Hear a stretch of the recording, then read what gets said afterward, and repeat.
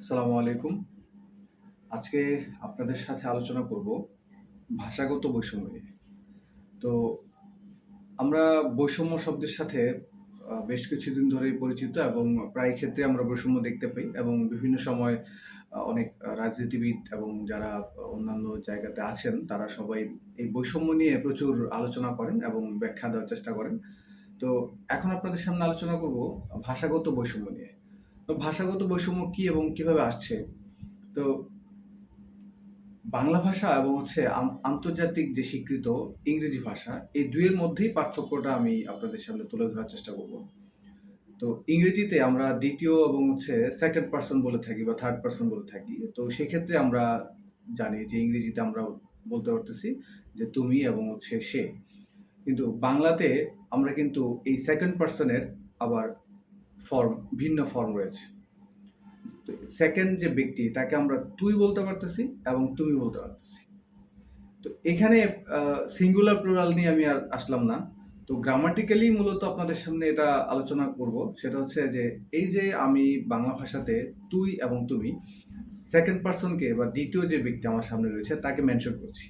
কিন্তু কখন তুমি মেনশন করছি এবং কখন তুই মেনশন করছি, এইটা হচ্ছে আলোচনার মূল বিষয়বস্তু। তো ইংরেজিতে আপনি সেকেন্ড যে পারসন থাকে সবসময় তাকে আমরা তুমি বলেই সম্বোধন করি, যেটা ইংরেজিতে ইউ।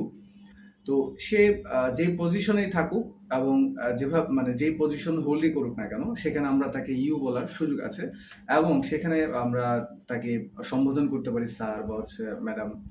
এটা সম্বোধন, এটা বাংলাতেও আছে, আপনি স্যার ম্যাম বলতে পারেন। কিন্তু বাংলাতে এই যে সেকেন্ড পারসন, যে গ্রামাটিক্যালি যে আমরা সেকেন্ড পারসন বলে থাকি, সেখানে ইংরেজিতে ইউ, বাংলাতে তুই এবং তুমি। তো এই তুই এবং তুমি আমরা কাদেরকে সম্বোধন করি? কেন আমি যে দ্বিতীয় ব্যক্তিটি রয়েছে তাকে তুই সম্বোধন করছি, কেন তুমি সম্বোধন করছি, কখন করছি? তো এইখানেই তো বৈষম্যের সৃষ্টি হচ্ছে। তো যে ভাষা থেকে আসলে ভাষার মধ্যেই বৈষম্য রয়েছে, তো এরকম জায়গাগুলোতে যখন আমরা আলোচনা করছি না, কেন আমরা সেটা ব্যবহার করছি এবং সেটা কখনো তুই বলাটা মানহানিকর হচ্ছে, আবার কখনো তুমি বলাটাও মানহানিকর হিসেবে আহ, উঠে আসছে। তো কেন আসলে এরকম বৈষম্য? আমরা যদি দেখি যারা বাংলাদেশে যে কাজগুলোকে সম্মানের চোখে দেখা হয় না, যেমন রাজমিস্ত্রি বা যুগালি বা অন্যান্য আরো অনেকগুলো পেশা রয়েছে। তো এই পেশার লোকদেরকে ম্যাক্সিমাম সময় যারা একটু উচ্চ শ্রেণীতে আছে, যেটা সামাজিকভাবে প্রতিষ্ঠিত যে তারা উচ্চ শ্রেণীতে তারা রয়েছেন, তারা ম্যাক্সিমাম সময় তাদেরকে তুই বলে সম্বোধন করে থাকেন। তো এক্ষেত্রে তারা কখনো এই অভিযোগ তোলেন না যে মানহানি হয়েছে, কারণ এখানে তারা এটা মেনে নিয়েছে যে ওকে আমাকে তুই করেই বলবে, কারণ তার অনেক সে অনেক এডুকেটেড, সে অনেক টাকা পয়সার মালিক বা তার অনেক বড় পজিশন রয়েছে। তো এই যে ভাষাগত যে বৈষম্য তৈরি হয়েছে, এই বৈষম্য নিরসনের কোনো কাজ আসলে সরকার করছে কিনা? আমরা দেখতে পাই যে কাউকে আমরা সহজেই তুমিও বলতে পারি না, কারণ তার যে পজিশন তাকে আসলে তুমি বললেও অনেক সময় দেখা যায় পাপ হয়ে যাচ্ছে। তো এই ক্ষেত্রে তাদেরকে স্যার বলতে হয়, আপনি বলতে হয়। তো অন্যান্য দেশের ক্ষেত্রে সেখানে কিন্তু আপনি বলার কিছু নেই, সেখানে আপনি ইউ বলছেন, হ্যাঁ তুমি এটা করতে পারো, তুমি পারো না, you can do this, you can't do this. So কিন্তু বাংলাতে আপনি যখন কেউ বড় একটা পজিশন, সরকারি চাকরিজীবী অথবা বড় কোম্পানির ওনার বা কোম্পানির তারা অনেক ভালো পজিশন আছে, সেক্ষেত্রে আপনাকে আপনি তাকে আপনি করে বলছেন। আমি অবশ্যই এটা ইন্সপায়ার করি যে আপনি আপনি করে বলছেন, কিন্তু আমার কথা হচ্ছে আপনি কেন আরেকজনকে তুই করে বলবেন? বা তার পারমিশন ছাড়া আপনি তাকে কেন তুমি করে বলবেন? সেখানে কেন মানহানি হচ্ছে না? কেন সেটা সমাজে প্রতিষ্ঠিত নয়? এই বিষয়টি কেন নিরসন হচ্ছে না? এই ভাষাগত যে সমস্যা, এইখানে কখন আপনি কাকে তুই করে বলবেন, কাকে তুমি করে বলবেন, যে ব্যক্তিকে বলছেন তার পারমিশন রয়েছে কিনা, তার অনুমতি রয়েছে কিনা, সেটির দিকে কেন নজর নেই এবং কেন সেখানে মানহানি হয় না? এবং যখন আপনি আপনার উচ্চ শ্রেণীতে যারা আছে তাদেরকে যদি বলেন কেন হয়? এই জিনিসটি প্রতিষ্ঠিত করা সমাজের দায়িত্ব, দেশের দায়িত্ব, এবং এইখানে আপনাকে প্রত্যেকটি মানুষকে সম্মান দিতে হবে। প্রত্যেকটি মানুষ সম্মান পাওয়ার যোগ্য এবং যথোপযুক্ত সম্মান দেওয়া রাষ্ট্রের দায়িত্ব। এবং এটা আপনি কিভাবে নিরসন করবেন, এর আলোচনা আমি কখনোই হয়তো শুনিনি। তো যদিও কেউ করে থাকেন খুবই ভালো, এবং আমি চাই যে সমাজের সবাই এই বিষয়টি নিয়ে আলোচনা করুক।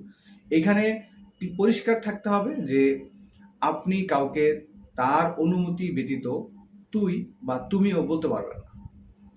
আপনি যদি তাকে আপনি তার অনুমতি ব্যতীত তুই বা তুমি বলতে পারেন, তাহলে সেও আপনাকে তুই বা তুমি বলার অধিকার রাখে। এই জিনিসটা আসলে প্রতিষ্ঠিত হতে হবে। যদি কেউ তাকে তুই করে বলে, সে তার আনসার তুই করেই দিবে। যদি কেউ তাকে তুমি করে বলে, সে তার আনসার তুমি করে দিবে। যদি কেউ আপনি করে বলে, তার আনসার আপনি করে পাবেন। এই যে একটা প্র্যাকটিস, এই প্র্যাকটিসে চলে আসতে হবে। কারণ আপনি সে যেই পেশায় নিয়োজিত থাকুক, সে তো আপনার টাকায় চলে না। সে তার নিজের পরিশ্রমের মাধ্যমে তার জীবন জীবিকা নির্বাহ করছে। এখানে সে একজন বাংলাদেশের নাগরিক হিসেবে, সে একজন মানুষ হিসেবে সে যথাযোগ্য সম্মান পাওয়ার যোগ্য, এবং তাকে সেই সম্মানটুকু ভাষার মাধ্যমে আপনাকে প্রথমেই তাকে ওই সম্মান দেখাতে হবে। তারপর আপনি অন্যান্য যে বৈষম্যগুলো রয়েছে তা নিয়ে আপনি আলোচনা করবেন, এবং তার যে অন্যান্য মৌলিক অধিকারগুলো রয়েছে সেখানে বৈষম্য নিরসনের কাজ করবেন। কিন্তু শুরুতেই যখন আপনি তাকে নিচু হিসেবে প্রকাশ করছেন, যে তুই বলে বা তুমি বলে তাকে ছোট প্রকাশ করছেন, সেই জায়গা থেকে আমাদেরকে সরে আসতে হবে। এবং যদি আপনি কাউকে বলেন, সেটা আপনার আপন ভাই হতে পারে, আপনার আত্মীয় স্বজন হতে পারে, সেখানে আপনি বলতেছেন, সেখানে মৌন সম্মতি রয়েছে। কিন্তু কখনোই আপনি কাউকে অপমান করে বলতে পারবেন না যেখানে আপনি তাকে চিনেন না। সে যেই পেশারই লোক হোক, সে একজন রিক্সা চালক হোক, সিএনজি ড্রাইভার হোক, বাস ড্রাইভার হোক, ট্রাক ড্রাইভার হোক, সে যেই পেশারই হোক, আপনি তার অনুমতি ব্যতীত তাকে আপনি তুমি করে বলতে পারবেন না। যদি আপনি তাকে তুমি করে বলেন, তার আনসার তুমি করেই আসবে, পরবর্তী কথাটি তুমি হিসেবে আসবে। এই জায়গাতে আসলে আমাদের সামাজিক যে দায়বদ্ধতা, সেখান থেকে রাষ্ট্রীয়ভাবে দায়িত্ব গ্রহণ করা উচিত, এবং রাষ্ট্রীয়ভাবে এই বিষয়টিতে ফোকাস করা উচিত যে বৈষম্য শুধুমাত্র আপনি অন্যান্য কাজের বেলায় আসলে বৈষম্য দূর করলেন, কিন্তু পেশাভিত্তিক যে বৈষম্য এবং মানুষের আচরণের মাধ্যমে যে বৈষম্য প্রকাশ পাচ্ছে, তাকেও দূর করার জন্য কাজ করতে হবে। ধন্যবাদ সবাইকে। আসসালামু আলাইকুম।